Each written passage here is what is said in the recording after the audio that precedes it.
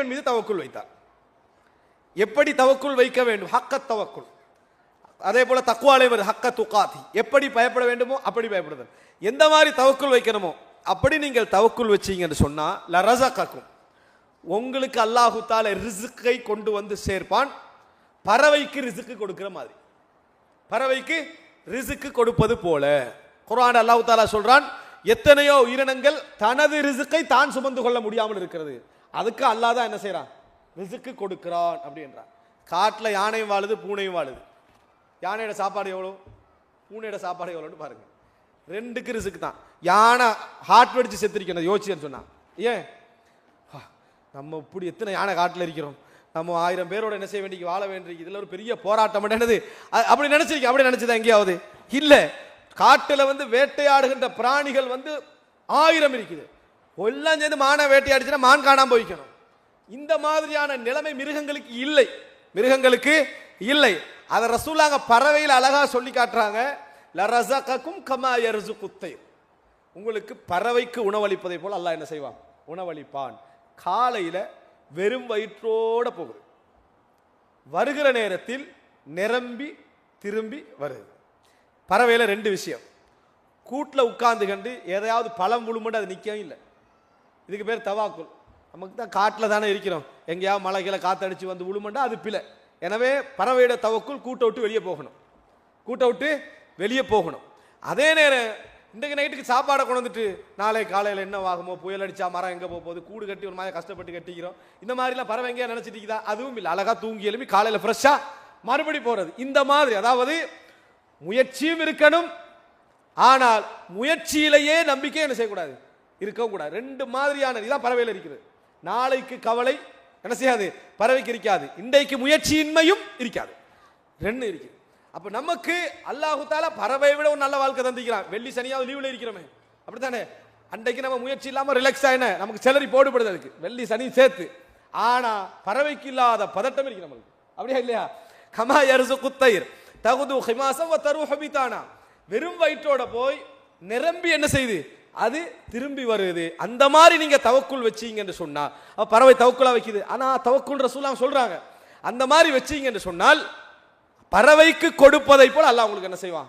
கொண்டு வந்து சேர்ப்பான் அப்படி என்று சொல்லி ரசூலுல்லாஹி ஸல்லல்லாஹு அலைஹி வஸல்லம் சொல்றாங்க. இன்னொரு செய்தியில சொன்னா, லா தஸ்தபிதி ரிஸ்க், நீங்கள் உங்களுடைய ரிஸ்கை வரவில்லை வரவில்லை என்று சொல்ல வேண்டாம். நம்மளோட பிரச்சனை வரவில்லை வரவில்லை என்று வந்த பிறகு போயிருமோ போயிருமோன்னு என்னது இப்படி நிற்கிறது. இந்த மாதிரி சொல்ல வேண்டாம், அப்படி சொல்ல வேண்டாம். ஃபஇன்னஹு லன் தமூத நஃப்ஸுன் ஹத்தா தஸ்தக்மில ரிஸ்கஹு, எந்த ஒரு ஆத்மாவும் உங்களுக்கு எழுதப்பட்டதை முடிக்காம போவது இல்லை. இமிகிரேஷன்ல எக்ஸிட்டுக்கு முன்னால நின்று கண்டு நீங்க ஒரு என்ன முழு முயற்சி எடுத்துட்டீங்க, உங்களுக்கு போக கிடைக்கலன்னா இங்க தண்ணியும் சோறும் இருக்குதுன்னு அர்த்தம். எங்க இங்க இருக்குதுன்னு அர்த்தம். முடிக்காம நீங்க போக மாட்டீங்க, முடிக்காம போக மாட்டீங்கன்னு அர்த்தம். அதான் நீங்க ரிட்டர்ன் வாரீங்க. கவலைப்படக்கூடாது. மூமின் திரும்பிட்டானா இன்னும் இங்க ரிஸ்க் முடியல போல என்ன சந்தோஷமா திருப்பி வரணும். உழவு பொட்டியெல்லாம் போட்டவரும் திருப்பி அனுப்பிட்டானே கவலைப்படாது. இவ்வளவுதான். உனக்கு இங்க நெருக்கி முடிக்காம நீ எக்ஸிட்டே போகலாம், அப்படி முடிக்காம எக்ஸிட் போகலாம், முடிஞ்சா நிக்கவும் இயலாது. இதுதான் அல்லாஹ்வுடைய விதி. எனவே இயன்ற அளவுக்கு கவலைகள் இருக்கணும், குடும்ப பாசம் எல்லாம் வச்சுக்கிறான், அது தானா வந்தா போதும், நம்மள ஏற்படுத்திக்கல கூடாது. அதை எடுத்து சிதுக்குல் அத்திபாதி அலல்லாஹ், அல்லாஹ்வின் மீது போட்டுட்டு நம்ம தொழுவோம் என்று சொன்னால், சுஜூது செய்வோம் என்று சொன்னால், வணங்குவோம் என்றால், குர்ஆன் ஓதுவோம் என்றால், குடும்பத்தில் சந்தோஷம், நிம்மதி, மகிழ்ச்சி. நாளைக்கு 4 பேருக்கு தைரியம் என்ன செய்வோம்? கொடுப்போம். கடைசியாக ஒன்றை சொல்லி முடிக்கிறேன். எத்தனை தந்தைமார் குழந்தைக்கு நம்பிக்கை கொடுக்குறோம். டேய் நான் பட்ட பாடு நீ படப்படாதுன்னு சொல்கிறோம். வணங்கிட்டா எவனுக்கு நம்பிக்கை இல்லை. சரியா? இவன் நல்லா இருக்கிறான், வாகனங்கள் இருக்கிறான், நல்லா இருக்கிறான், நான் பட்ட பாடு நீ படக்கூடாது, நான் பட்ட பெருசா பற்றிப்பாரு நினைக்கிற அளவுக்கு அவனுக்கு என்னது ஒரு அவநம்பிக்கையை ஏற்படுத்தி ஏற்படுத்தி ஏற்படுத்தி லைஃப்ல ஒரு கவலையான உணர்வை என்ன செய்யறான்? நம்ம ஏற்படுத்துறோம். அதாவது காரணம் நம்மகிட்ட உள்ள நோய் அவனுக்கும் போகுது, நம்மகிட்ட உள்ள நோய் அவனுக்கும் போகுது. இதான் பெரிய உபதேசம். நம்ம என்ன செஞ்சு நினைச்சு நமக்கு யாராவது தந்திருப்பாங்க. இந்த மாதிரி நம்ம இருக்கக்கூடாது. இல்லாமல் தவக்குல் என்ற அற்புதமான ஒரு முஃமினுடைய சிலாஹ் ஆயுதத்தை நம்ம ஏந்திரமெண்டா வாழ்க்கை அழகாகும். அல்லாஹ் உலகத்தில் என்ன செய்வான்? நல்ல ஒரு ரிலாக்ஸை தருவான். மறுமைக்கும் அமல் செய்தவர்களாக நாங்கள் மாறுவோம். ஹாதா மா இந்தி வல் இல்மு இந்தல்லாஹ் வ அகூலு கௌலி ஹாதா வ அஸ்தக்ஃபிருல்லாஹ் லி வ லக்கும். முஸ்தக்பில் எதிர்காலம் இருக்குது, அதில் ஒரு முஃமின் என்ன செய்வான்? தவக்குல் வைப்பான். நம்மளோட பிரச்சனையே கடந்த காலத்தை யோசிக்கிறது, எதிர்காலத்தை யோசிக்கிறது, நிகழ்காலத்தை அழிக்கிறது. இதுதான் நம்ம பெரும்பாலும் நம்ம செய்கிற பெரும்பாலும் என்ன செய்கிறோம்? கடந்த காலத்தை யோசிக்கிறது, யோசித்து கவலையை வாழ வைக்கிறது. கவலை குறிப்பாக இது தலைப்போடு இல்லாத விட்டாலும் இளைஞர்கள் கவலையை நிறைய வாழ வைப்பாங்க. கவலை என்ன செய்யறது? வாழ வைப்பேன். நான் வாழ்க்கையில் ஃபஸ்ட்டாக அந்த கவலையை அடைஞ்சிருப்பான். காதல் விளங்கிட்டா, அதை அடைஞ்சிட்டு ஹெட்ஃபோனை அடிச்சுட்டு இவனுக்கு எண்டே அழுகிற மாதிரி 5 பாட்டு எழுதிப்பான்ல, அதை கேட்டுக்கண்டு இவனை மனசை தூண்டிக்கண்டு இவனை மனதை தூண்டிக்கண்டு இவன் உலகத்திலேயே இவனை மாதிரி கவலை இல்லைன்னு நினைக்கிறான். ஆனால் அவன் நினைக்கிறான் இதான் இன்பம் நினைக்கிறான். நீ உன்னை ஏமாத்தி கண்டிக்கிற. விளங்கிட்டா, இந்த உலகத்தில் எதுவும் இந்த அளவுக்கு கவலைப்படுவதற்கு தகுதியானதல்ல. இந்த உலகத்தில் எதுவுமே இந்த அளவுக்கு கவலைப்படுவதற்கு தகுதியானதல்ல. சின்னத்தில் பட்ட கவலையா நம்ம படாத கவலையா? பாப்பா ஒரு பொருள் வாங்கி தராதுக்கு எத்தனை பேர் கவலைப்பட்டிருப்பீங்க? வளர்ந்து சம்பாதிச்சா முதலாவது அதைத்தான் வாங்குறேன்னு முடிவு எடுத்திருப்பீங்க. எத்தனை பேர் வாங்கினோம்? ஒத்தனை வாங்கல. விளங்கிட்டா, அதை பார்த்துக்கிட்டு போயிட்டு தான் இருக்கிறோம். கவலைகள் அவனுடைய அறிவுக்கேற்ப மிக பெரிதாக விளங்கும். இப்போ இவன் மனிதனுடைய பெரிய பிரச்சனை என்ன தெரியுமா? இறந்த காலத்தை நினைச்சு உயிர் பிச்சு கவலையை வாழ வைக்கிறது. கவலையை வாழ வைப்பது ஷைத்தானுடைய வழிமுறை.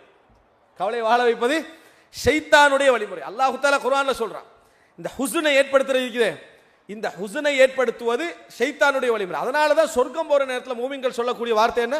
அல்ஹம்துலில்லாஹில்லதி அஸ்ஹப அன்னல் ஹஸன். கவலையை எங்களை விட்டு நீக்கி அல்லாஹ்வுக்கே எல்லா புகழும்.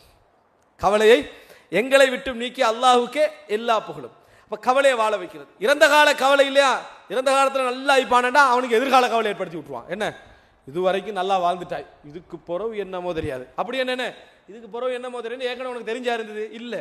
இதே மாதிரி தான் எல்லாம் என்ன செய்யும், எனக்கு அல்லாஹ் ஹைரை ஏற்படுத்துவான் என்று நினைப்பதில்லை. ஆனால் மனிதர்களுடைய உள்ளத்தில் நிறைய இந்த எதிர்காலத்தை பற்றிய நிறைய கவலைகளை இருப்பதனால, தனக்கென்ற ஒரு கோட்டை வரைஞ்சு எதிர்காலத்தை பற்றி நினைப்பதனால், எதிர்காலம் இப்படி இருக்கணும், நான் இப்படி வளரணும், இப்படி ஆகணும், இப்படி உருவாக்கணும், இது பிழை இல்லை. ஆனால் நான் வரைந்த கோடுகளில் தான் என் லைஃப் போகணும்னு நினைச்சா உங்களோட ஆட்சி தான் உலகத்தில் நடக்குது, அல்லாஹ்வுடைய ஆட்சி இல்லைன்னு என்ன செஞ்சிடும், அர்த்தமாகிறோம். நம்ம சாதாரணமாக திட்டமிடலாம், சாதாரணமாக யோசிக்கலாம். ஆனால் எல்லாத்தையும் வரைஞ்சி கட்டி தலையில போடுற மாதிரி நம்ம யோசிக்கிறோம் பாருங்க. அனஸ் ரலியல்லாஹு அன்ஹு அவர்களுக்கு 70க்கும் மேற்பட்ட பிள்ளை இருந்துன்னு வரலாறு சொல்லுது. இப்ப நம்ம எடுக்கிற கவனத்தை அவர் எடுத்திருந்தான்னு வைங்களேன், அவர் எப்படி இருந்திருப்பான்னு நினைச்சு பாருங்க. எப்படி நம்ம ஒரு பிள்ளைக்கு எடுக்கிற கவனம் இருக்குது, அந்த எடுக்கிற கவனத்தை அவர் அந்த 70 பிள்ளைக்கு எடுத்திருந்தாருன்னா ஊட்ட விட்டு போயிருக்கணும்னு நினைக்கிறீங்க? போயிருக்கலாம். நம்ம அந்த அளவுக்கான ஒரு நிலைமை என்ன, குழந்தை உருவாகணும் என்பதில் துஆ கேட்பதை விட நம்ம எடுக்கிற கவனம் எது? இதான். எத்தனை பேருக்கு நமக்கு பாடம் என்னது? ரப்பனா ஹப்லனா மின் அஸ்வாஜினா வ துர்ரியாத். எத்தனை பேருக்கு பாடம்? இன்னும் பாடமாகிட்டு தான் இருக்கிறாங்க நிறைய பேர். ஆனால் இன்ஷா அல்லாஹ் பாடமாக. எப்போ பாடமாக போறீங்க? எல்லா பிள்ளைகளும் கல்யாணம் முடிச்சு அவனுக்கு பேர் பேத்தி வந்தவர் இவர் துவா ஓதி என்ன பேசுறாங்க.